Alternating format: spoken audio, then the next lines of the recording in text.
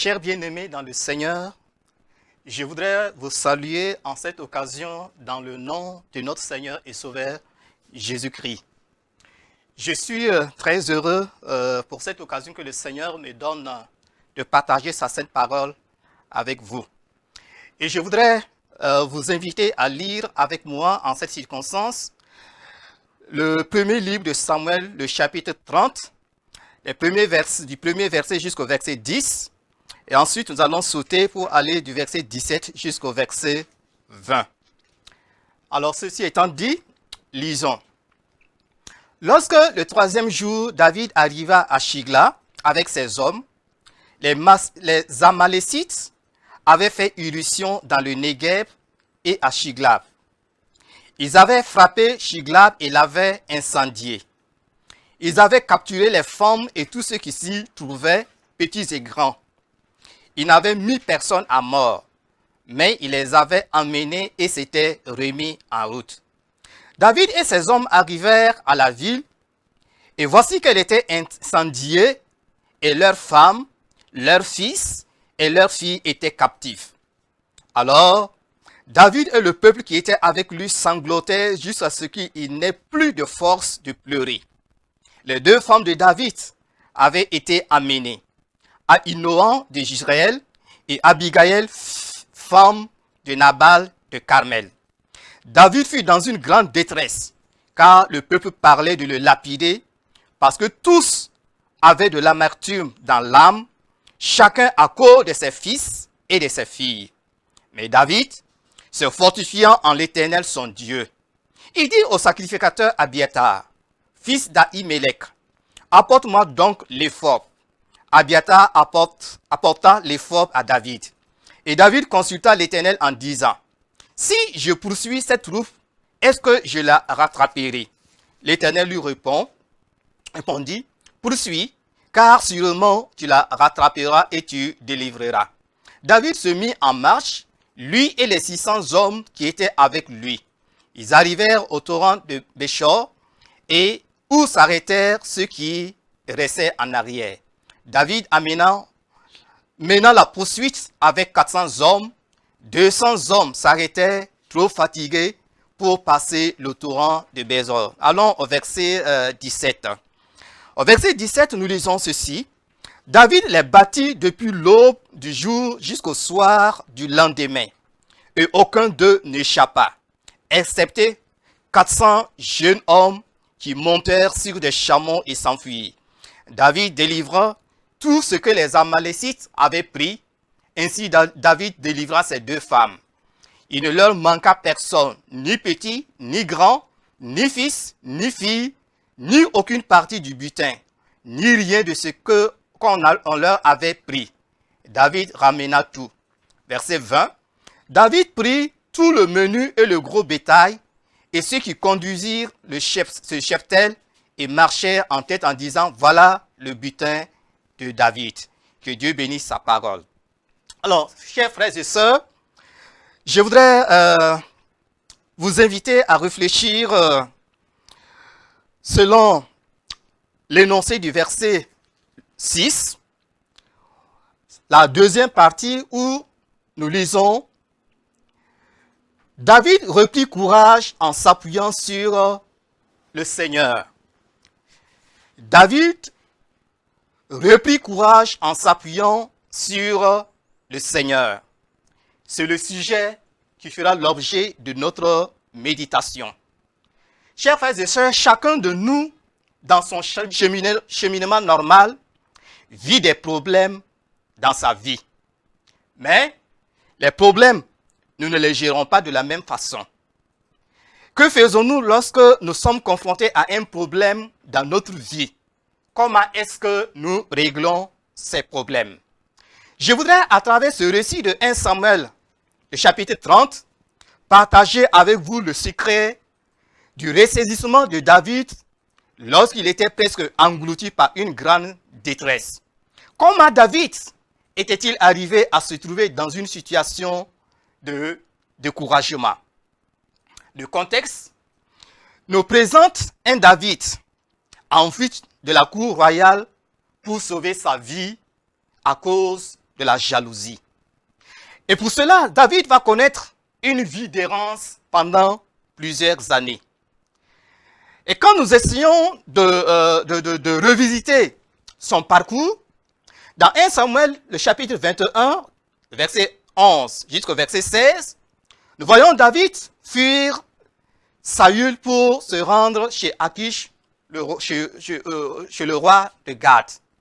Et de là, David se réfugia dans la grotte d'Adullam, où 400 hommes mécontents se rejoignirent à lui. 1 Samuel 22, 1 à 2. Et à partir de ce moment, David se retira dans le pays de Moab. Et ensuite, il retourna à Juda dans la forêt de Héret dans 1 Samuel 22, 3, 5. Et à partir de ce moment, toujours en traque par Saül, il se rendit à Keïla pour leur apporter du secours. Mais les gens de Keïla, après, vont témoigner de l'ingratitude et en se montrant lâches, en voulant livrer David à Saül. Et David ne resta pas à Keïla. Il quitta Keïla avec 600 hommes, suite à une information donnée à Saül en 1 Samuel 23, verset 13. Et de Keïla, il se rendit à Ziph, où de justesse, il est épargné de Saül en 1 Samuel 23, verset 14 et verset 28. De Ziph, il s'installa dans les falaises de En-Edi en 1 Samuel 24. Et enfin, David quitta les collines de Aquila et se réfugia auprès des Philistins en 1 Samuel 27, 1 à 12. Et là, nous lisons David dit en lui-même, « Je périrai un jour par la main de Saül. Il n'y a rien de mieux pour moi que de me réfugier au pays des Philistins, afin que Saül renonce à me rechercher encore dans tout le territoire d'Israël. Ainsi, j'échapperai à sa main. » Et David se levant, lui avec les 600 hommes qui étaient avec lui, et ils passèrent chez Akish, fils de Moab, roi de Galate. Alors c'est ainsi que David s'est retrouvé dans le pays de Philistins pour sauver sa vie. Et le temps que David va passer auprès des Philistins, le texte nous dit au verset 7, toujours du même chapitre, que ce temps fut d'1 an et 4 mois. Et David a presque passé une dizaine d'années de sa vie à se cacher dans le désert en vue de préserver sa vie. Les déboires, les difficultés, les déconvenues vécues par ce jeune sont énormes. Malgré ces nombreux problèmes auxquels il a eu à faire face, il a su se relever, il a su les surmonter, jusqu'au point où, dans la parole de Dieu, il est déclaré que David est l'homme selon le cœur de Dieu. Mais posons-nous la question de savoir, comment David faisait pour être capable de passer à travers toutes ces difficultés? Et le verset 6, que nous avons choisi comme sujet de notre méditation, de notre réflexion, nous apprend comment, lorsque David était en face de cette grande détresse, comment est-ce que David s'est comporté. Et pour pouvoir répondre à cette question, nous allons considérer 3 points. Et le premier point, David dans une grande détresse, verset 1 jusqu'au verset 6a. Deuxième point, David sort de la détresse à partir du verset 6b jusqu'au verset 8. Et enfin, le troisième point, David sauve les prisonniers et ramène le peuple avec un grand butin, le verset 9 jusqu'au verset 31. David en détresse, verset 1 à 6a. David sort avec les Philistins contre Saül et son armée. David avait fait son quartier général à Shiglath auprès de Akish, le roi des Philistins. Et c'est de là qu'il lancera des attaques contre les ennemis d'Israël. Il avait la pleine confiance du roi Akish parce que celui-ci croyait que David combattait uniquement les ennemis des Philistins. Pour lui, David est devenu son allié. Et au chapitre 28, versets 1 à 2, une guerre s'annonce contre Israël, une guerre s'annonce entre Israël et les Philistins. Et David est invité à se joindre aux Philistins comme un support de taille en vue de pouvoir combattre les ennemis des Philistins. Et c'est ainsi que David donne son accord pour cette bataille et le roi Akish le nomme comme garde-corps. Est-ce une bonne décision de s'allier à Akish pour combattre son propre peuple? Lui qui, à 2 reprises, avait eu l'occasion d'éliminer Saül. De toutes les façons, le texte ne nous donne aucune raison, mais David consent à aller sans consulter Dieu. Et toutes les troupes se rassemblèrent à Aphek, tandis que les Israélites campaient à la source d'Israël. David et ses hommes étaient partis rejoindre les Philistins en vue de combattre Israël.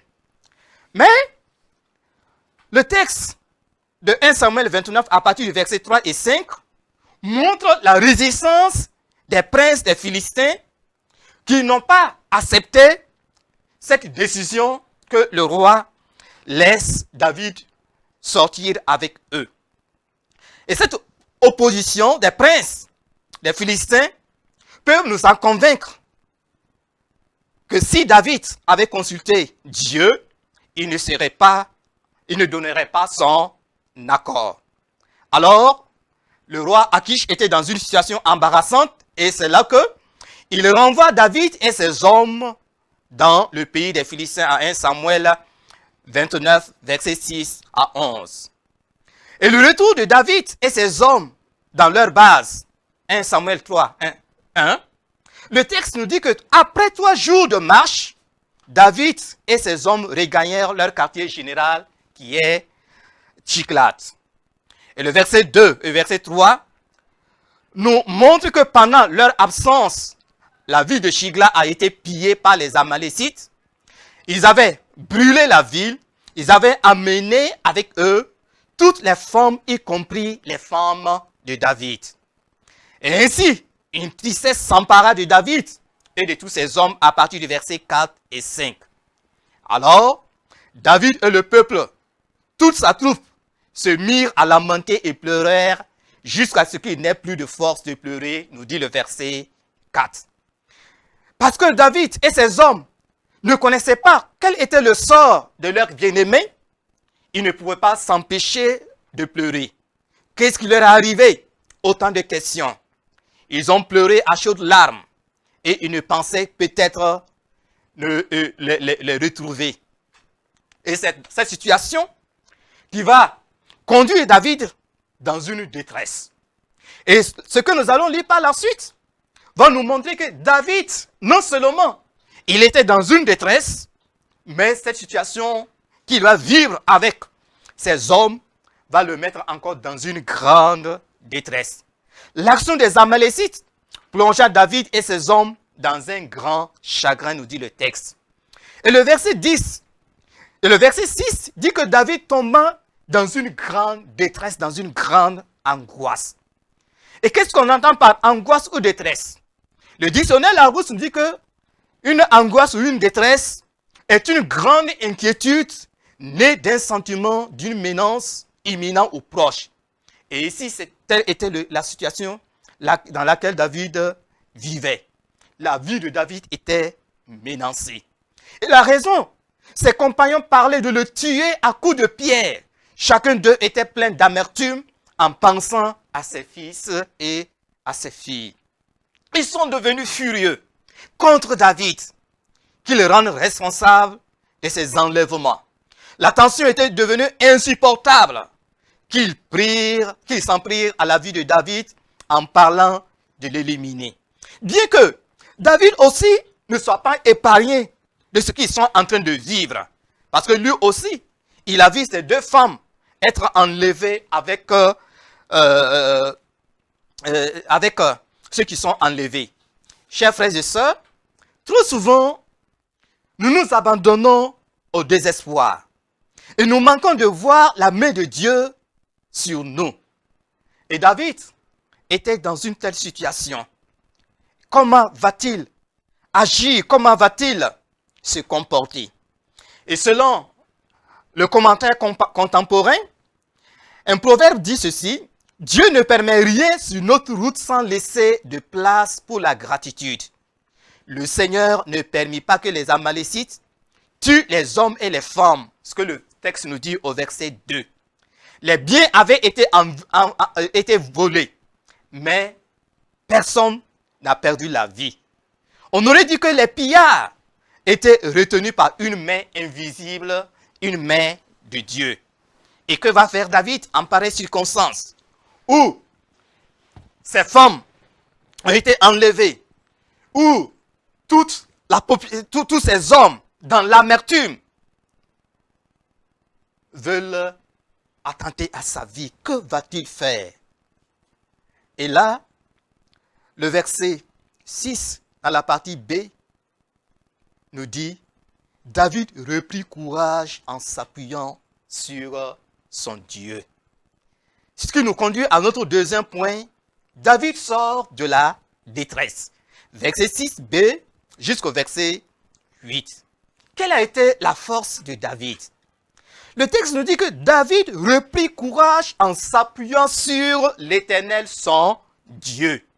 Qu'est-ce que cela signifie, reprendre courage en s'appuyant sur le Seigneur? Le terme technique de reprendre courage, c'est se fortifier dans le Seigneur.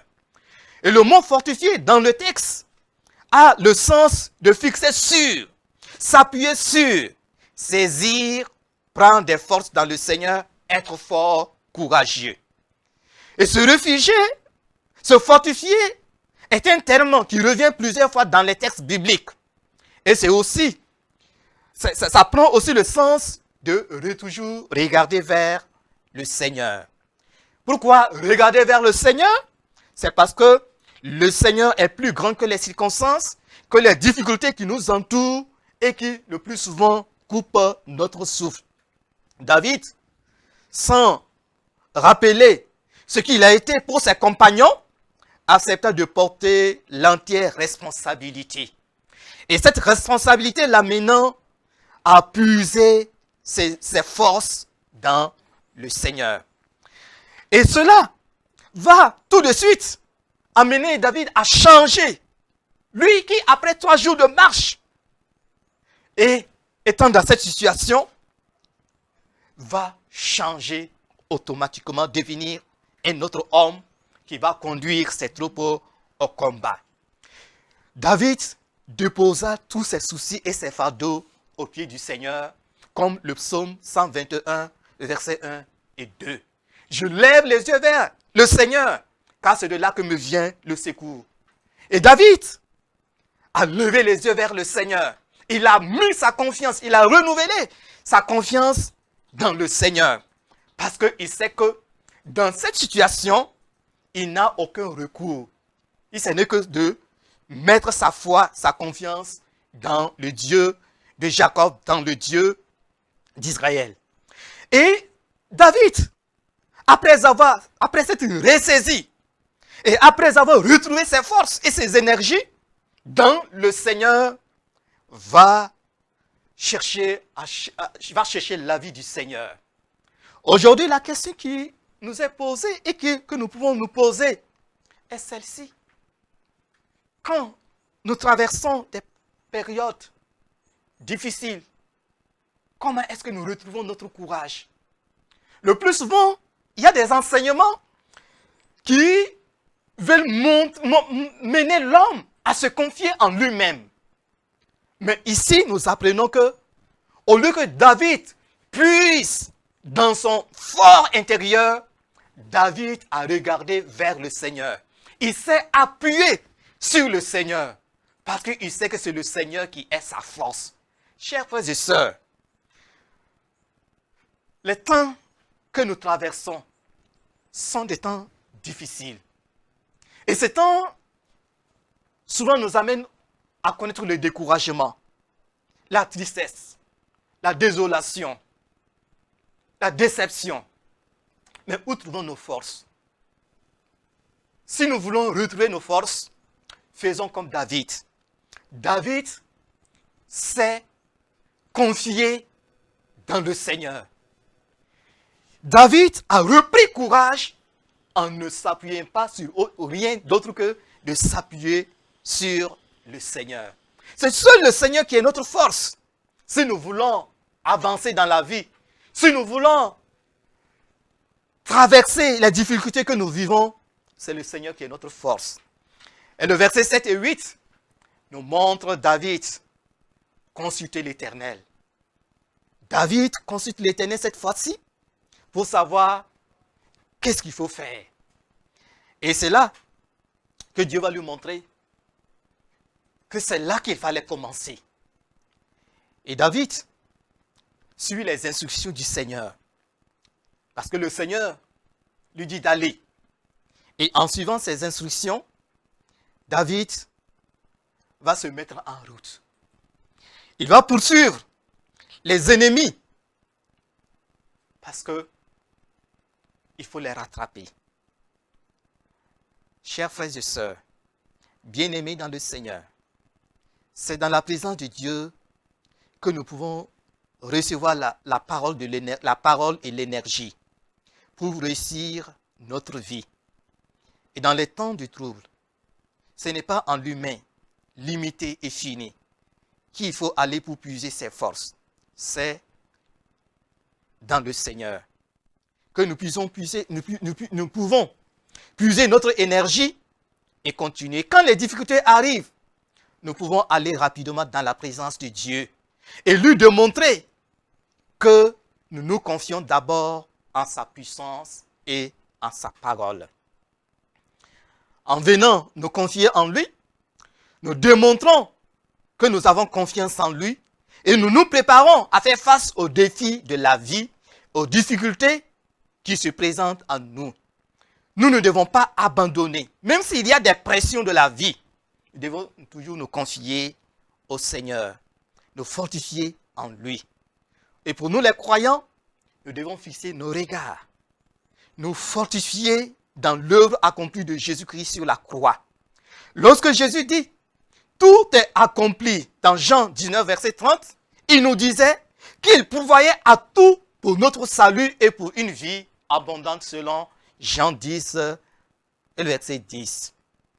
Durant un temps de découragement, la connaissance de la croix, de ce que Christ a fait pour nous, est vitale pour vaincre la dépression, l'anxiété et le découragement.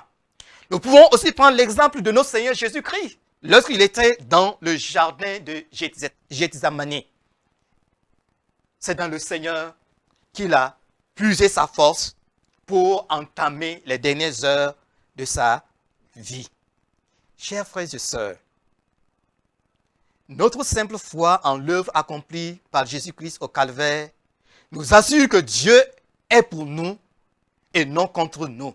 Et si Dieu est pour nous, qui ou quoi peut être contre nous? Selon Romains, le chapitre 8, verset 31 jusqu'au verset 35. Et le psaume 63, qui fait allusion au séjour de David dans le désert de Juda. Nous constatons David plusieurs fois chanter au Seigneur, dire « Oh Dieu, tu es mon Dieu, je te cherche, mon âme a soif de toi, mon corps soupire après toi. » Qu'en est-il de nous aujourd'hui? Dans les moments difficiles, est-ce que nous suivons l'exemple de David? Une question qui nous est posée. Voilà comment David a réagi lorsqu'il était face à des graves problèmes. Il se fortifiait en s'appuyant sur le Seigneur son Dieu, qu'il connaît personnellement et qu'il a plusieurs fois expérimenté. Encouragé, il était alors capable d'affronter les problèmes, peu importe la gravité de ceux-ci. Chers frères et sœurs, comment traitons-nous nos problèmes aujourd'hui? En tant que chrétiens, nous sommes appelés à devoir vivre avec les problèmes, parce que nous ne pouvons pas les empêcher. Mais quand les problèmes viennent, ce qui importe, c'est notre attitude face à ces problèmes. Et la meilleure attitude, c'est de toujours se tourner vers le Seigneur. Et ces problèmes peuvent être de nature différente, peuvent venir de la famille, Ça peut être un problème professionnel. Ça peut être un problème d'ordre personnel. Un problème financier. Un problème sanitaire, sécuritaire, ainsi de suite. Souvenons-nous des promesses de Dieu et de sa fidélité. C'est ce qui fait notre force. Et ce que David, dans le psaume 103, verset 1 à 5, il le dit.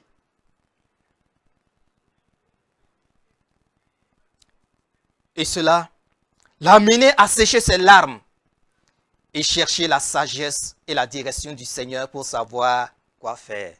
Dans les temps difficiles, il faut toujours se rappeler. Il faut toujours se souvenir. Comme dans ce psaume, il a dit, mon âme bénit l'Éternel et n'oublie aucun de ses bienfaits. Et ce que David a fait, et tout de suite, lui qui était en larmes, il a cessé ses larmes. Et il s'est engagé pour aller à la poursuite de l'ennemi. Et ce qui nous conduit à notre troisième point, David s'empara des Amalécites et ramenant tout Israël et tous ses hommes. Verset 9 jusqu'au verset 31 que nous n'allons pas lire. Mais nous voulons dire tout simplement, David, après avoir retrouvé ses forces dans le Seigneur, se mit en marche pour libérer les captifs. Si David n'avait pas trouvé ses forces, si David ne s'était pas tourné vers le Seigneur, imaginons quel serait le sort de ces hommes, de ces enfants, de ces filles et de leurs femmes. Quel sera leur sort? Mais David a su se tourner vers le Seigneur. Et c'est de là qu'il trouve ses forces. Et le verset 17 et le verset 20 nous montrent qu'effectivement David a remporté la victoire. David a remporté la victoire. Et ce que nous voulons que nous retenions ceci, l'Éternel est notre force et le sujet de nos louanges. Selon l'Exode, le chapitre 15, versets 2 à 6. Et le psaume 28, versets 7 et 9 nous dit, l'Éternel est la force de son peuple. Il est le rocher des délivrances de son oint. Sauve ton peuple et bénis ton héritage. Sois leur berger et leur soutien pour toujours. David, après avoir retrouvé ses forces, a pu poursuivre ses ennemis et il a libéré son peuple. Et cela a été une grande joie pour tout le peuple qui avait perdu tout. En conclusion, disons, les expériences douloureuses que David a vécues peuvent nous inspirer. Peuvent nous inspirer lorsque nous sommes confrontés à des problèmes. Lorsque nous sommes confrontés à des problèmes, nous devons nous appuyer sur le Seigneur. Et c'est en lui seul que nous pouvons reprendre courage et se fortifier lorsque une grande angoisse se saisit de nous. Faisons confiance au Seigneur et prenons la résolution de le louer et de le prier en tout temps. Ne laissons pas les problèmes et ne laissons pas les soucis, les difficultés nous éloigner de notre Seigneur. Faisons en sorte que les paroles prononcées par David pour lui-même, mon âme est attachée à toi, ta main droite me soutient. Le psaume 63, verset 8. Rappelons-nous tout cela, ce cheminement de David. Et comment est-ce que nous aussi, quand nous viendrons à passer par des moments pareils, nous pouvons sortir victorieux. Victorieux en nous appuyant sur le Seigneur. Pas sur nous-mêmes, pas sur nos biens, pas sur une idole, mais en s'appuyant sur le Dieu vivant. Lui seul est notre force. Que le Seigneur nous aide, que le Seigneur nous soutienne, parce que nous sommes conscients en tant qu'êtres humains que ces moments vont toujours venir. Mais quelle attitude? Adoptons l'attitude du Seigneur. David reprit courage en s'appuyant dans le Seigneur. Que Dieu nous bénisse.